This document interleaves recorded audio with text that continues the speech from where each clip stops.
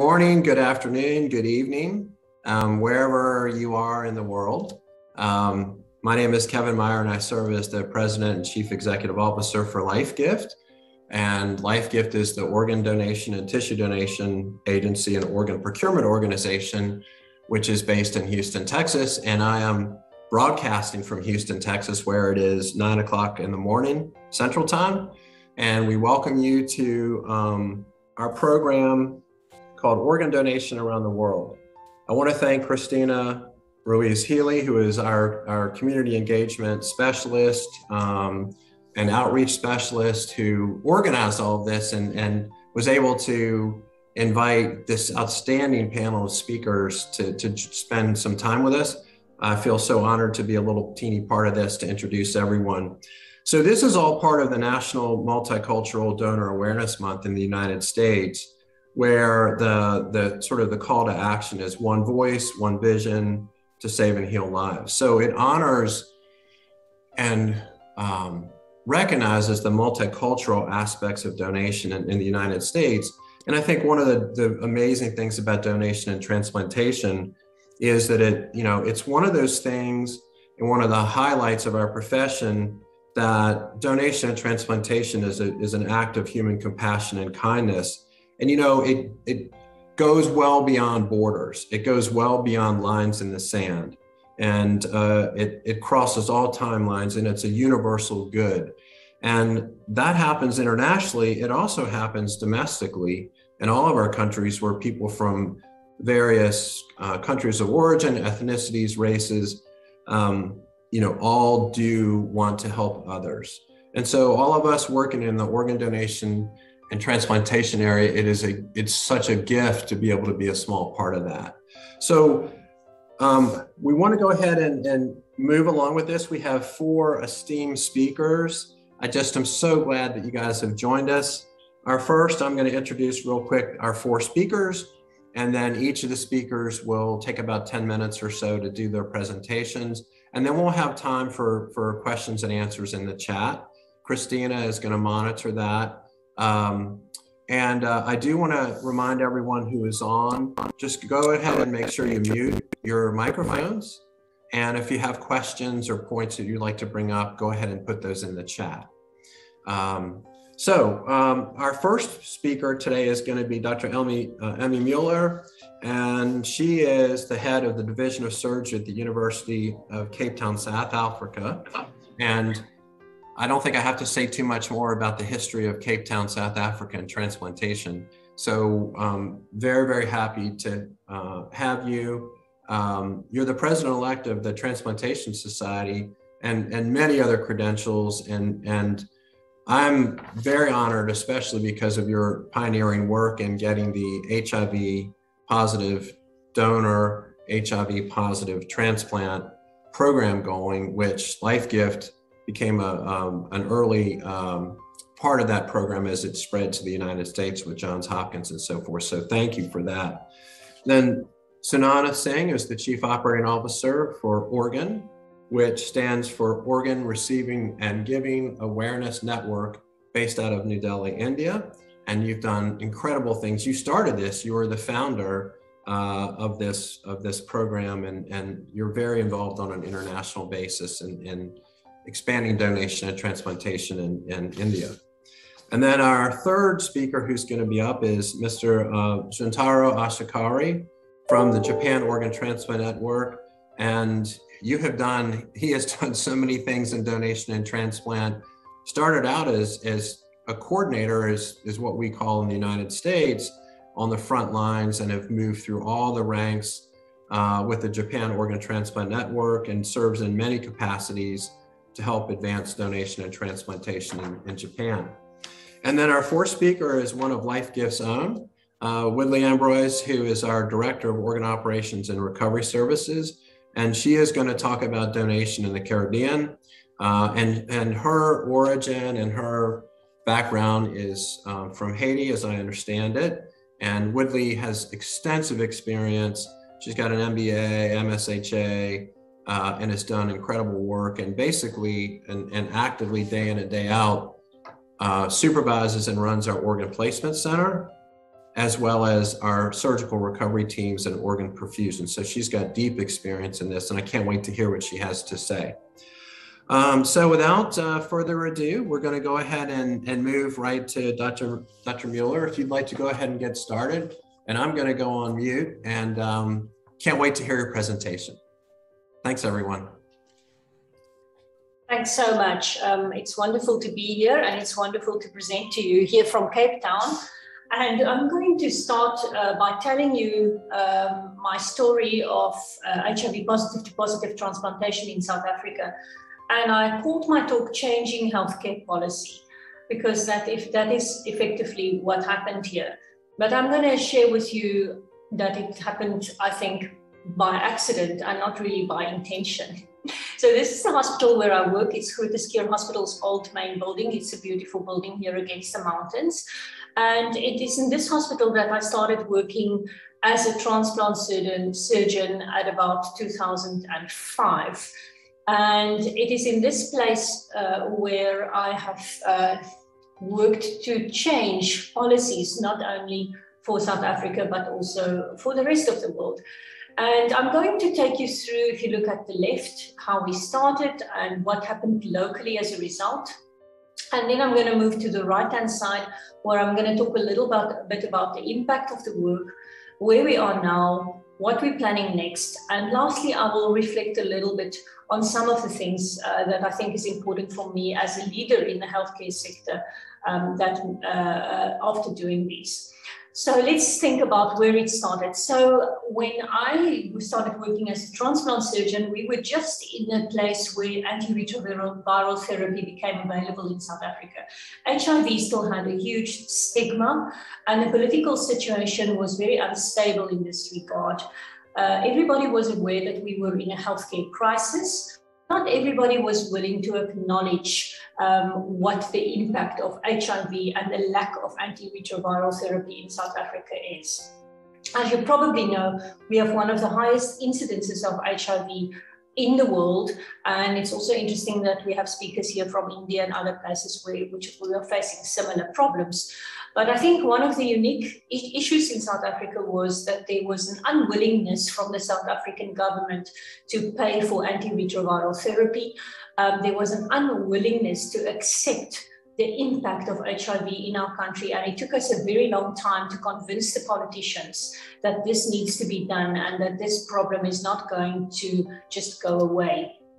The burden of disease at the time when I started the transplant program was more or less HIV was the most prevalent and the thing that had the most impact on mortality and morbidity in the country. And then after that came all these other things, tuberculosis, trauma, maternal death, child death, asthma, etc. So the political situation, the healthcare crisis that we found ourselves in this time was pretty much as a result of the stigma of HIV. Now, today we are still in a place where we are facing a high HIV burden in our country. We still see a lot of tuberculosis, although we've got antiretroviral therapy available. We're still looking at problems because of HIV rates. In South Africa, the most common cause of death is HIV, violence and injury, and then we still have quite a lot of maternal and child health issues. As HIV therapy became available, antiretrovirals became available, as you can see in this article, more and more since 2006, our death rates came down. So we're seeing less HIV deaths in the hospitals, the South African hospitals, and we are seeing a decline in new infections, which is positive. Now, you have to understand a little bit about the healthcare system in South Africa to understand where this was coming from. We've got a public sector and we've got a private sector. And the public sector is really organized regionally, with the Western Cape and Gauteng probably the two largest areas in the country. Important to know is that a lot of the South African citizens have got no medical insurance to cover them in the private sector. So 84% of our citizens don't have medical insurance and are unable to cover their own medical costs. But our public sector is in quite a poor state. And I work in the public sector, so I'm putting these things on as issues that we're facing. But it's, of course, there's good and there's bad. But the reason why we're struggling to make our healthcare sector grow and to make our healthcare sector really effective and efficient for our patients is because we're still seeing poor management, corruption, poor oversight. We don't get our data together. There's a lack of funding, and there's a low staff to patient ratio. So the situation in 2006, 2007 was that because dialysis is such a scarce resource, because it's so expensive, one of the exclusion criteria to get dialysis in the state sector was HIV. If you had HIV, doesn't matter whether you were young, old, whether you had any other comorbidities, if you had HIV, you were not eligible for dialysis and you were sentenced basically to death.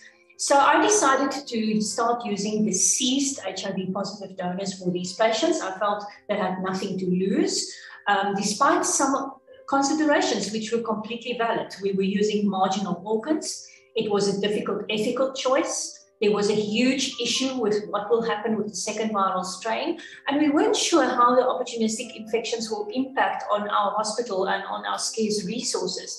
But I felt at the time that using these kidneys were very similar to using DCD kidneys. We were just starting a DCD program in our hospital, and I thought it would be accepted the same way. So I decided to do it, but it created a huge fallout.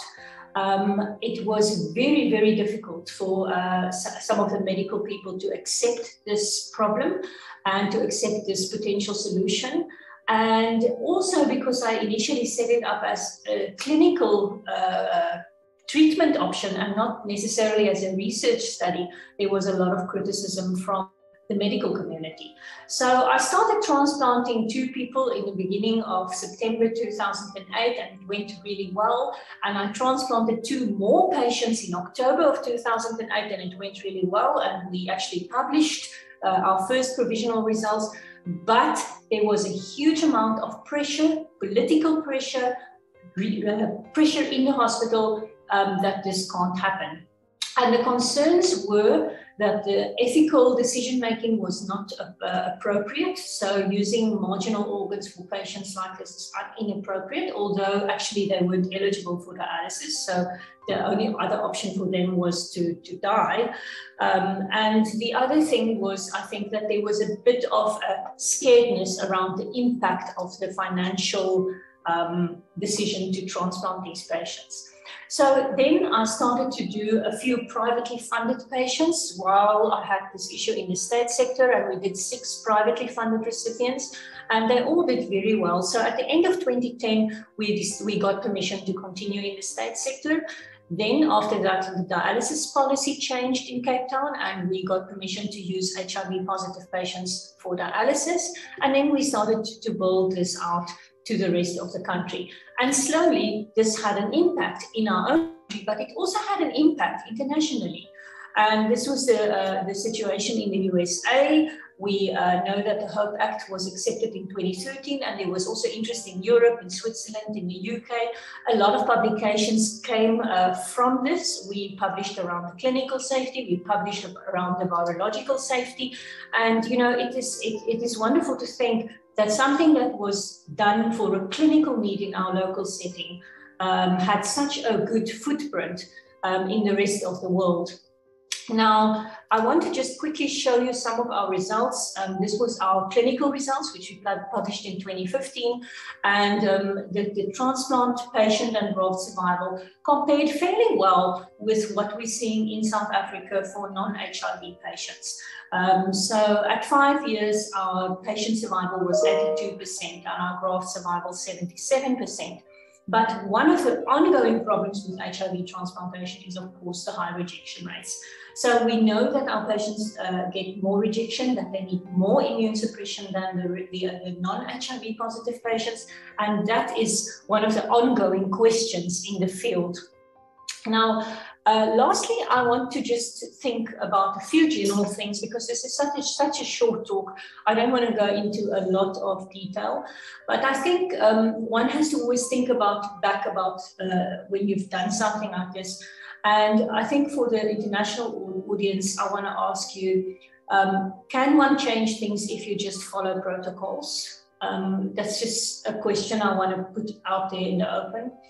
Will there always be a fallout if you come up with a radical or out-of-the-box idea? It's one of the problems that the South African state sector wasn't really open for change and innovation. So can you do some things, I should phrase it perhaps in a very resource-constrained environment? How do you manage your stakeholders? We all work in organ donation. I always say I work in advertising. That's what I do. I do advertising and I do plumbing. So I advertise for a donor and I get everybody to refer my donor and then I plumb the kidney in.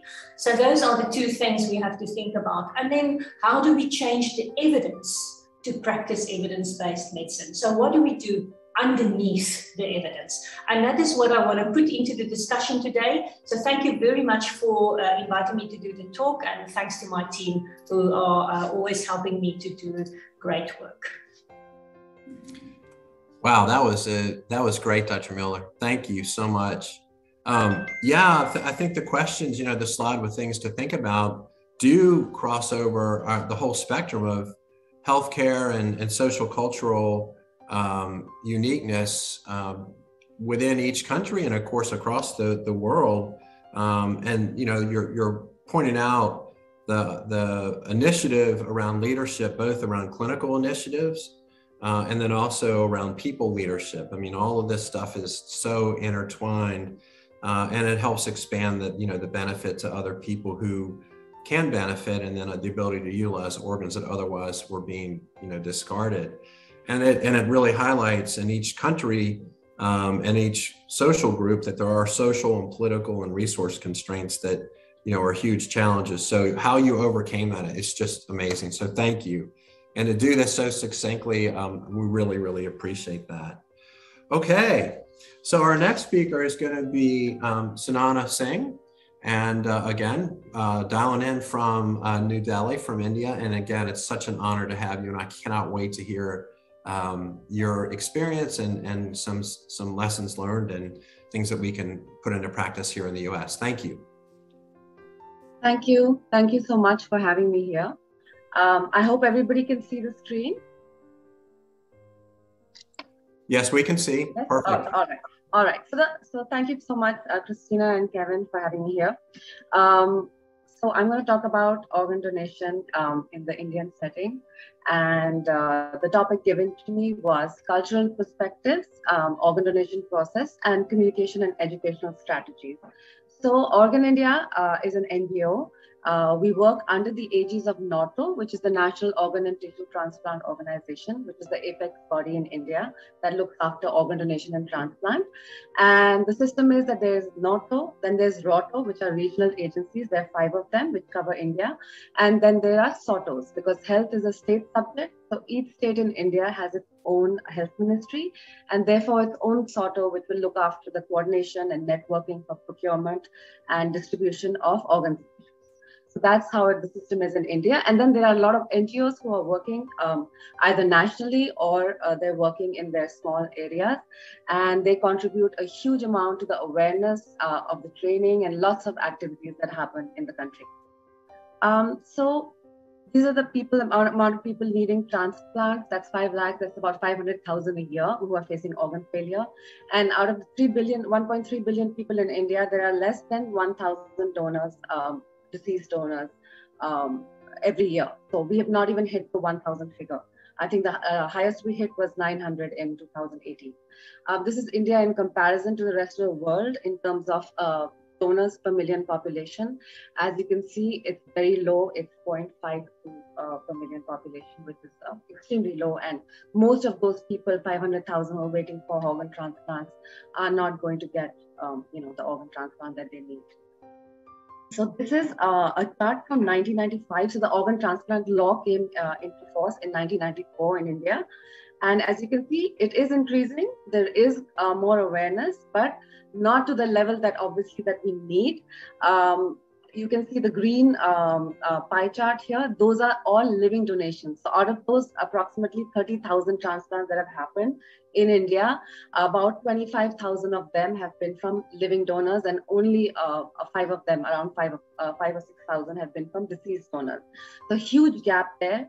And living donors make up most of the donors in the transplant space as of now. So this law, which is called the Transplantation of Human Organs and Tissues Act, was passed in 1994. And the main provisions were that they identified brain death as a form of death, so that organ donation could be done after that.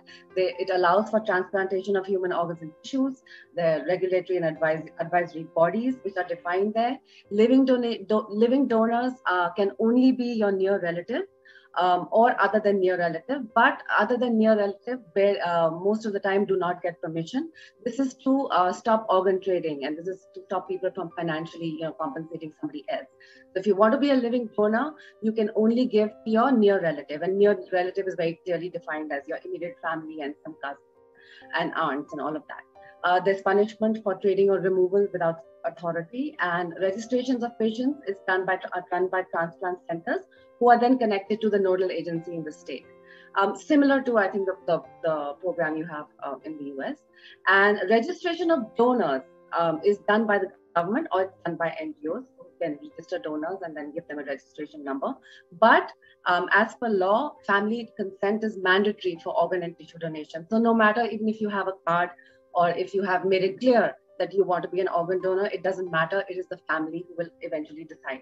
That is a major concern in India, and that's where a lot of our awareness events and everything that we do is geared towards letting people talk to the family, so that they need to be aware that it's their family who's going to take the decision for them.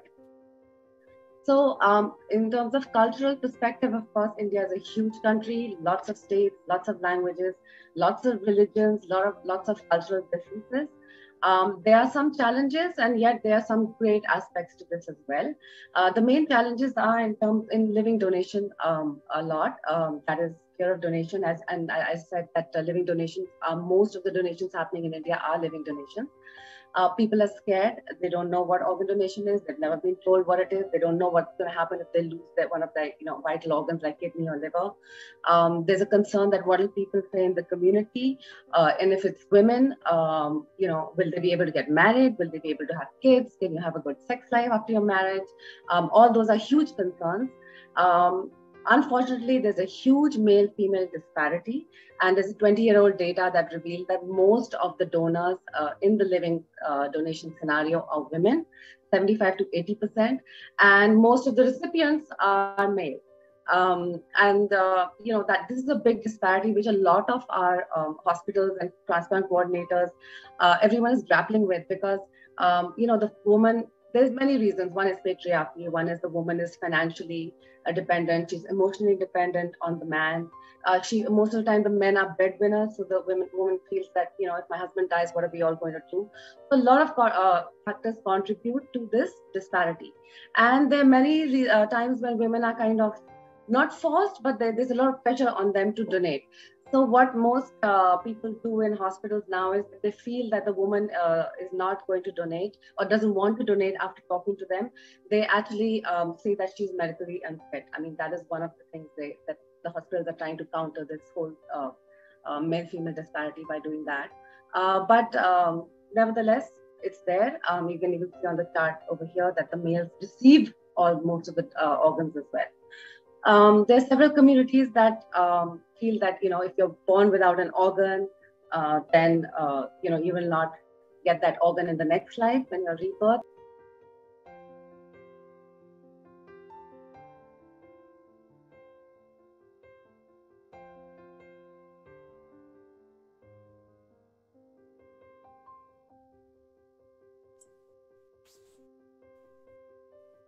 Yeah, can you hear me now? Sunana, I can hear you. I can see your screen. I think the host muted me by mistake. Anyway, So religious also, there's some religious concerns. There are a lot of religions who, communities who fear it, and they look up to their leaders. But on the upside is there are a lot of religious leaders from all religions have come forward and supported organ donation, and that really inspires others to, look up to organ donation and go and sign up, make a pledge. And there are certain communities in India where they have a long record of donation, and they will never say no to a donation when they are asked. So those are all things that kind of play a big role in living donation and even deceased donation. So in terms of deceased donation, there's there's two kinds of families usually that end up some are rural families or from rural families but living in the city, and others are urban families.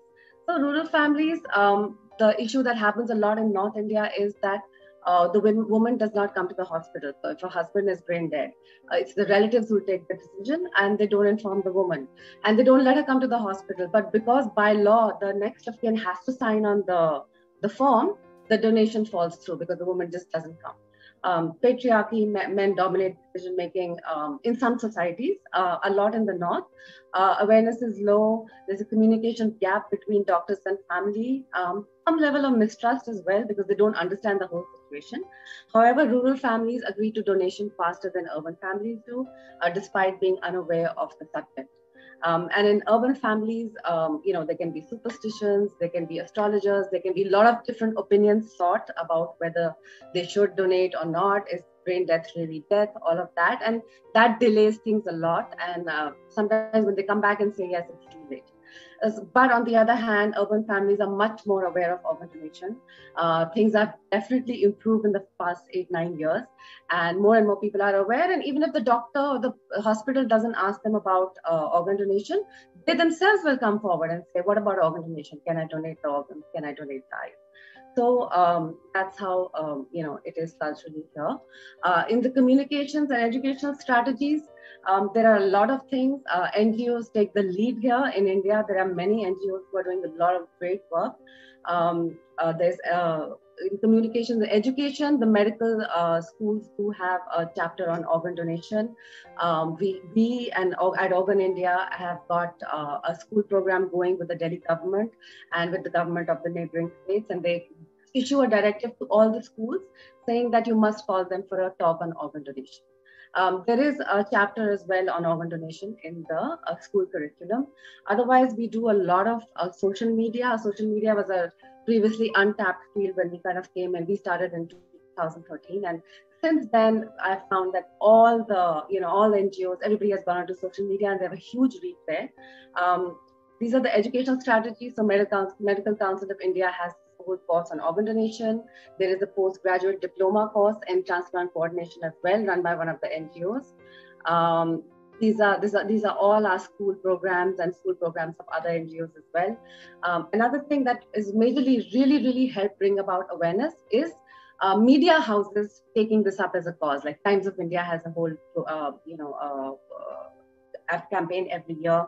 More to Give, NDTV, that's a television channel, has it. We tied up with MTV, and they had a lovely campaign last year for the youth, and they presented in a really fun and nice way. Then we did recently a campaign in the east of India. So these kind of things really help, and so do radio programs, which is something we started in a lot of rural areas as well as urban areas. So just to drill it in that there is something called organ donation. It helps people. It's a wonderful thing to do. It's okay to have transplants and all of that. And then we put awareness posters in all hospitals, waiting areas, especially in government hospitals and other areas. They look nice, they look enticing. People are, more likely to come and read them. Then you have celebrities, supporting organ donation. That's a very big way of getting through to people. And then we have several events. NATO holds events, other NGOs hold events. We have a conclave of NGOs that meets every year to decide what we're going to do in the future. There is an organ donor memorial, the first of its kind in India, at Jaipur in Rajasthan, set up by another NGO over there called MF Mohan Foundation, Jaipur Citizens Forum. So a lot of people can come there, know about organ donation. And over the years, things have really improved. And now even on our driving licenses, we can tick, you can give a tick mark on whether you want to be an organ donor or not. And a lot of RTOs, we have put up posters so that people know, and animations that this is what it means. And if you take your, put a tick mark on the driving license, you're a donor, and therefore, reach out to as many people as possible. So this is the statewide distribution that shows that many states in India have not yet initiated the program. Those are mainly in yellow. The ones in green are the ones who have really done well in the past, mostly in the south. And north is now slowly catching up. Thank you. I hope I didn't go over my 10 minutes. Now, Sunana, that was fantastic. Thank you. I just can't imagine the sheer numbers. Just the numbers you're talking about, and talking about numbers for all of us, wherever we are in the world, one donor and one organ transplanted means everything. So sometimes we get influenced by, with this volume compared to this volume, but, it still is an ultimate act of human generosity that, we get to be a small part of. And it's just amazing, what the legacy is. And then also, really fascinating to hear about the living donation programs. And so sometimes, especially for organ procurement organizations in the United States, we have such a focus on deceased donation, and the living donation part is handled by the transplant centers. And it just calls out how critically important that is, globally. And then I also, so many of the things you're talking about, the challenges and the opportunities we have, they're universal. They really are universal. And then I think we all know that women are more generous than men. And your statistics show that 3/4 of your deceased donors are women, which is amazing. So really, really great talk. That's fascinating. Living donors, not deceased. Living donors, I apologize. Fantastic, but still the generosity is amazing. So wonderful. Okay, well, thanks so much. You're right on time. Our next esteemed speaker is going to be Mr. Ashikari, and I've already done his introductions, and I'm really looking forward to hearing what's happening in Japan. So take it away, sir. Well, good evening from Tokyo. It's 11:30 p.m. here, almost midnight here in Tokyo, and I would like to share my slides. Can you see the slides? Okay. Yep, perfect. We can hear you loud and clear. Okay. Let me introduce myself. I'm the Director of Medical Information Headquarters at the Japan Organ Transplant Network. I've been doing this job as a coordinator, starting out as a coordinator for 25 years. And I think I know some of your members here. I visited LifeGift probably about 10 years ago, and I've met a couple of your staff. It's an honor to be able to speak here today. Hello from Tokyo, Japan. I'm not going to go into the details, but we are currently hosting the Tokyo Olympics and the Paralympics currently. It's a difficulty during this COVID, but I think the government is doing a good job despite the pandemic. And our organization was established in 1995 and covers all of Japan. So it's one organization where UNOS and OPO combine together. So we do the recipient selection and maintain the wait list on one end, and in the other end, we send our coordinators to the donor hospitals, do all the coordination. We maintain a waiting list of 14,000 recipients, and we're a small organization. We have 71 employees total. Half of them are the procurement transplant coordinators. And I'd like to go through an overview of Japan. The healthcare in Japan, we have a population of 126 million, and it's getting older. The population is very old. The life expectancy is long, so we expect to live for 80 years, almost 90 years. And because of the global healthcare system, and we have, of course, we have healthy food and education. Our deaths are 1.4 million per year and are exceeding the births. So our population is declining. And our estimation is about 6,000 brain deaths per year. That's not a lot compared to the population or the deaths. So we have a challenge here. And culturally and religiously, we have the Shinto spirit, we have tradition and love for the family. So we have a lot of living related donation and transplantation within the family. And 90% of our transplants are family related. Donation from living donation. So we have few deaths, donation from brain deaths and cardiac deaths. And we have the love of nature, and physical cleanliness purification is thought of as a spirit. So we try to keep the body clean. That is an issue here regarding organ donation. And that is something we have to be careful about. Also, besides Shintoism, we have Buddhism, and many Japanese are a Shintoist at the same time a Buddhist. So we have both religions living in ourselves.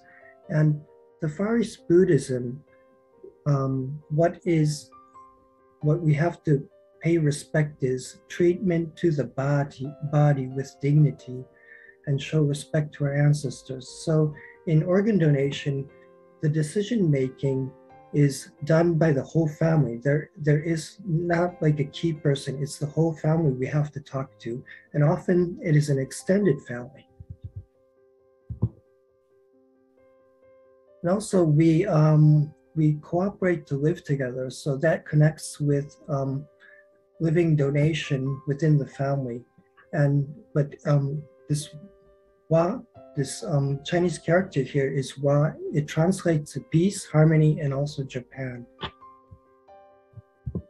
So we have a cultural and religious challenge here in Japan. But, and even it was very difficult to initially have an organ transplant act. The original Organ Transplant Act was enacted in 1997. It allowed donation from cardiac death by family consent, but donation after brain death, since brain death was very difficult for the Japanese to understand initially, donation under brain death, the donor had to have a written will, like a donor card, and also the family had to consent. So it was very, very strict law in the beginning.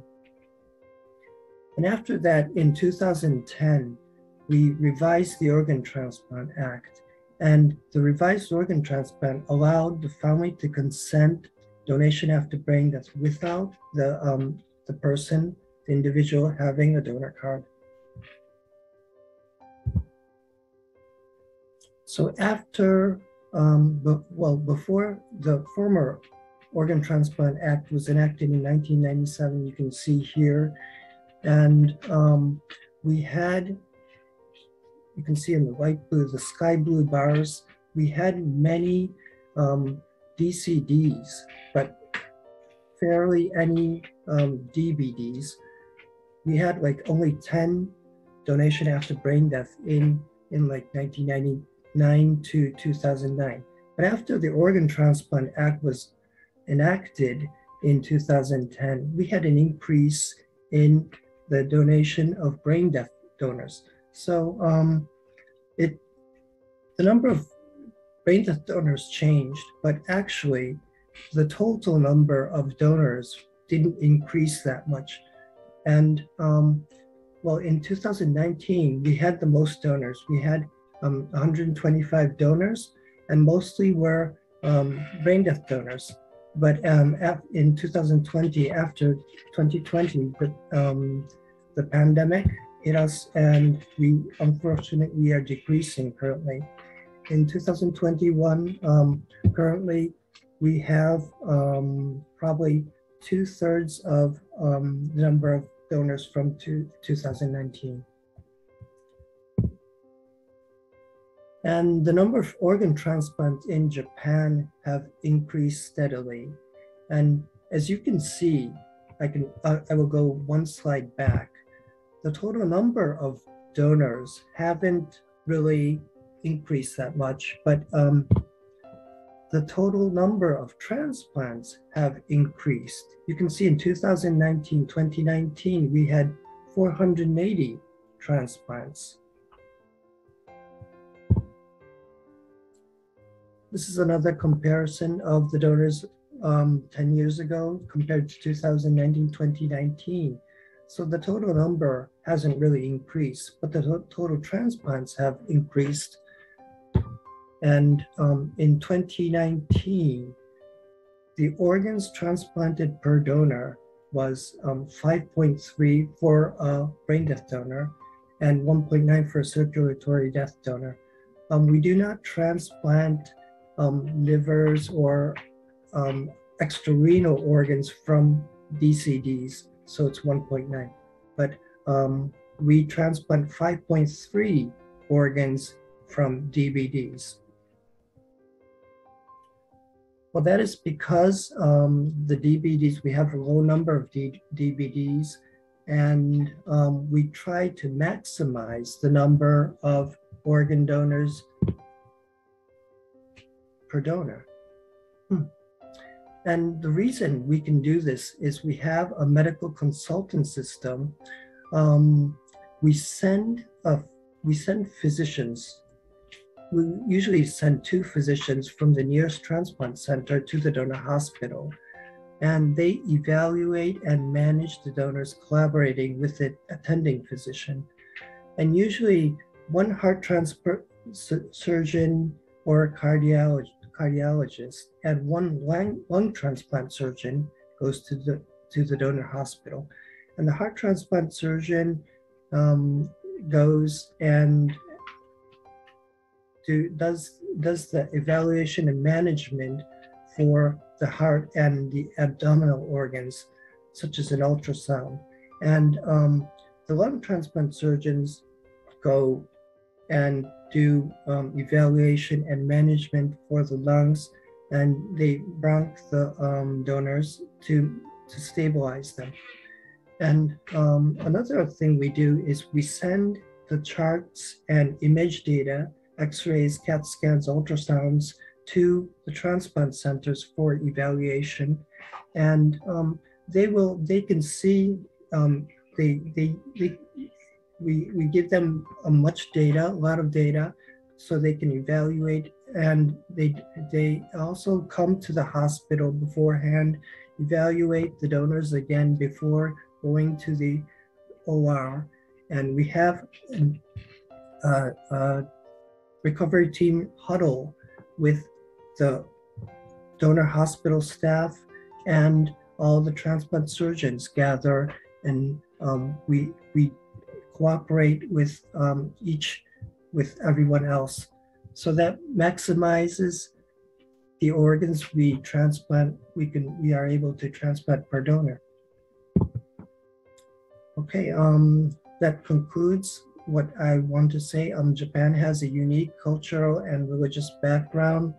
The Transplant Act was revised in 2010 and increased the number of donors after brain death, and the number of organs transplanted per donor from donation after brain death is 5.3 currently. So since the number of donors are limited, we have maximized the organs transplanted per donor by a medical consultant system and image data distribution system. My contact is here. If you have any questions, please feel free to email me, or maybe connect with me on Facebook or LinkedIn. Well, thank you very much today. Wonderful, wonderful. Thank you. Great presentation. Your numbers in 2019 were just fabulous. Your progress and pre-pandemic, and I think it's probably the obvious that all of us across the world, with the global pandemic, the transplantation systems were all affected in 2020, but it also all of us persevered globally under these very difficult conditions, especially those who are willing to donate and those who are willing to go through the transplant process. And it just shows the fortitude that people who work in our field have, that we were able to continue this service even in the midst of the challenges of the global pandemic.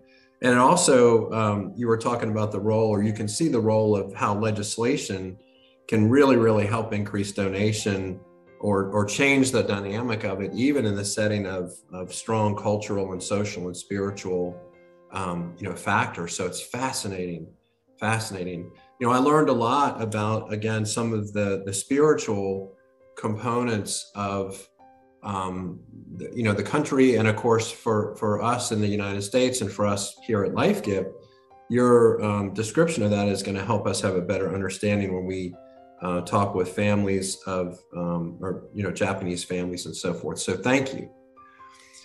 Thank you. Okay, our next speaker is our own Woodley Ambrose, and Woodley, take it away. I can't wait to hear all about donation in the Caribbean. So take it away.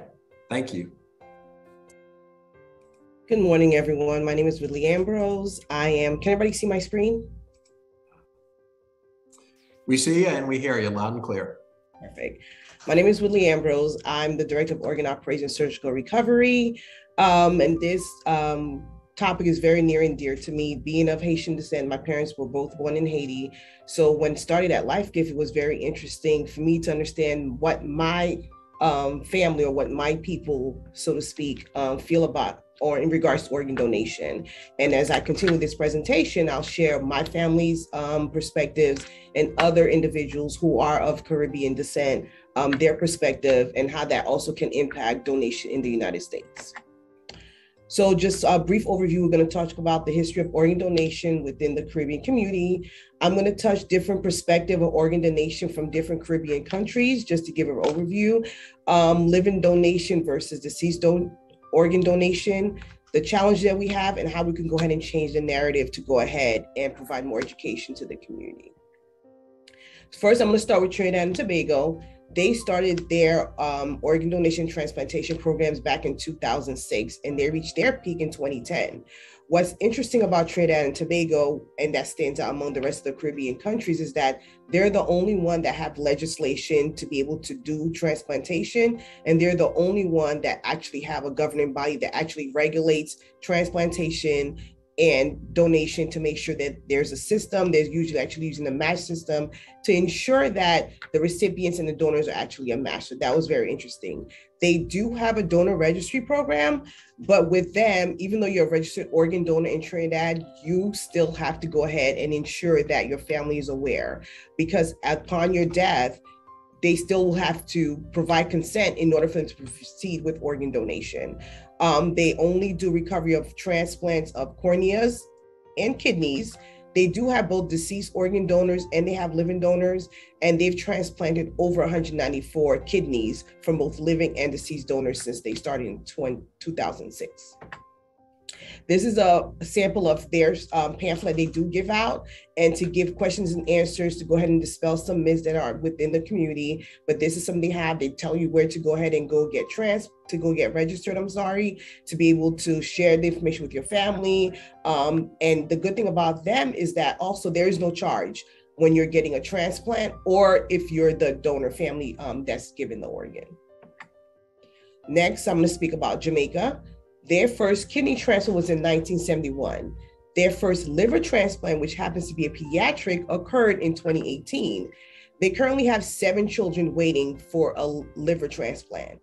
Jamaica does not have a deceased organ donation program. all their transplants, all their donation is via living donation. And unfortunately, there's 5 children. Fortunately, there are 5 children. They will be able to get an organ, the liver, with living donor from a family member.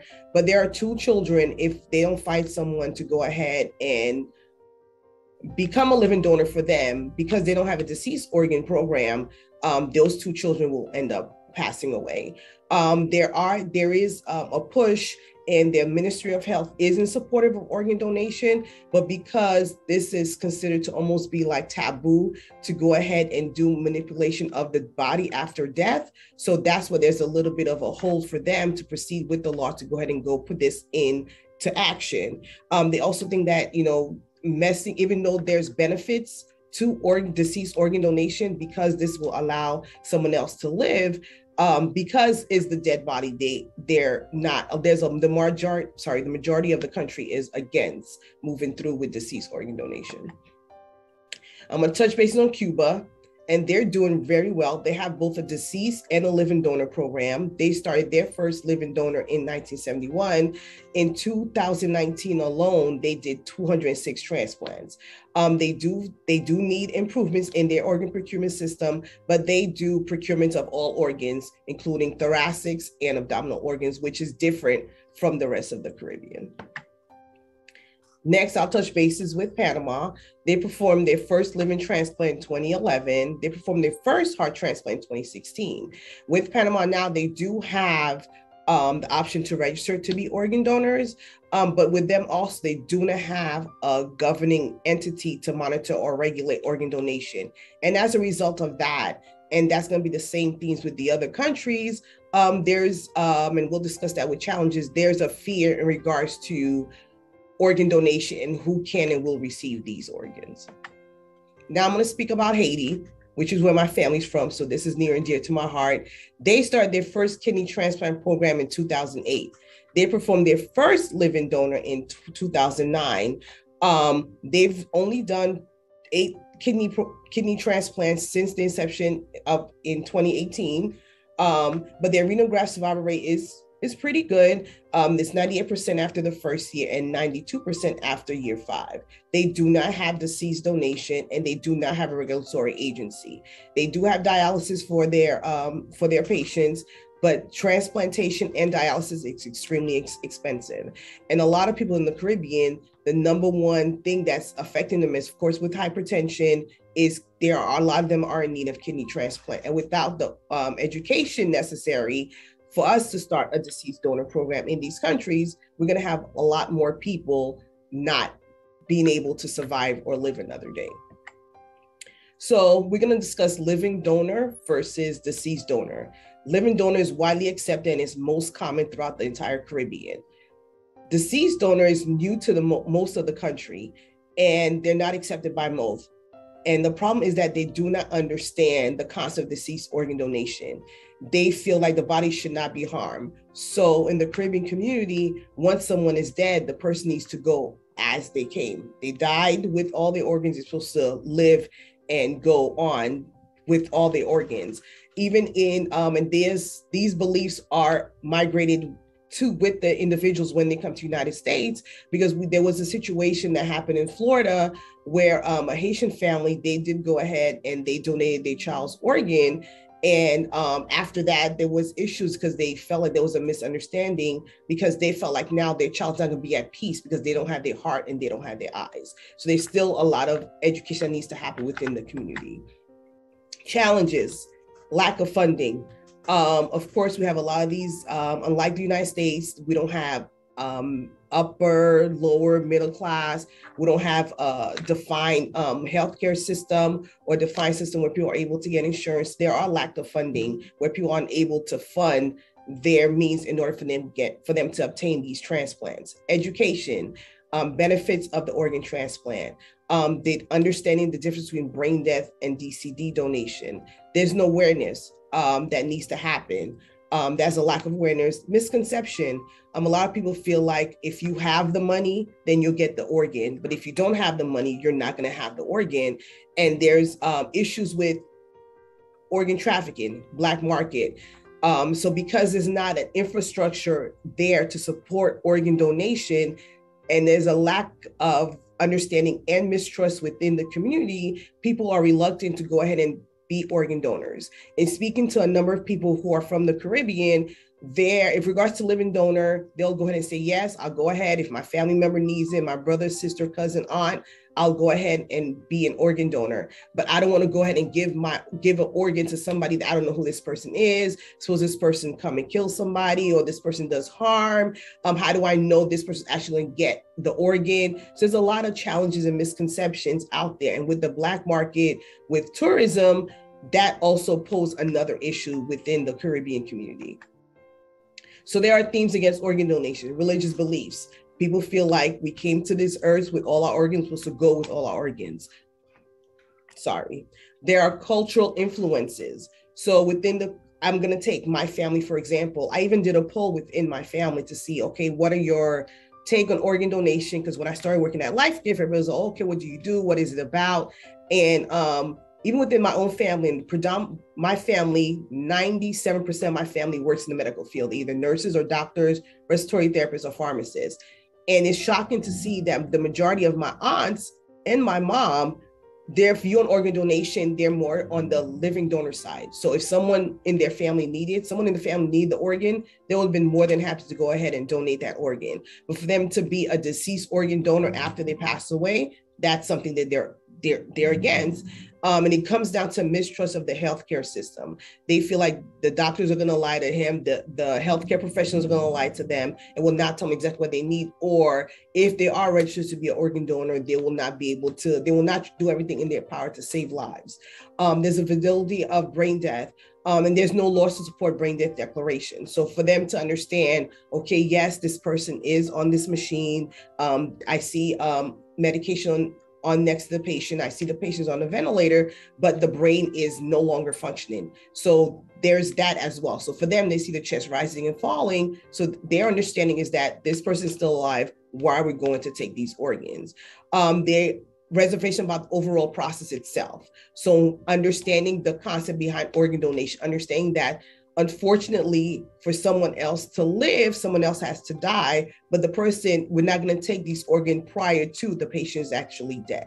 So understanding those, clearing those misconceptions, that will also help, and the knowledge of organ donation as a whole. So a lot of the programs that have started in these other countries, in the Caribbean countries, they were in collaboration with other countries, mainly with the United States. So the United States helped to go out there to teach. We had doctors and nurses who went out there to go ahead and help them understand the concept of organ donation and to start the dialysis program, to start the transplant program. And that was how they were able to get their bearings together and get their feet in the water to go ahead and start the process of organ donation. Just to show a brief graph, this is from deceased organ transplants just from 2019. And as you can see, of course, Cuba, who has done more transplants than everybody else, they have done over 150 kidney transplants. But if you look at, nobody has done any hearts or lungs transplants in 2019 from either Panama, Cuba, or Trinidad and Tobago. And then we had very few liver transplant. But of course, this is better than not having anything at all. And this in comparison with the living organ transplants in 2019, again, Cuba is leading the pack with over 20 kidney transplants for living donors just for 2019. What's next? Where do we go from here? Education, collaboration with other countries who have defined system, who have legislation, who have, go ahead, for example, like here in the United States, we have a UNOS, to go ahead and have the same programs in these other countries in order to educate the community, to dispel any myth, to create that trust that the countries will need.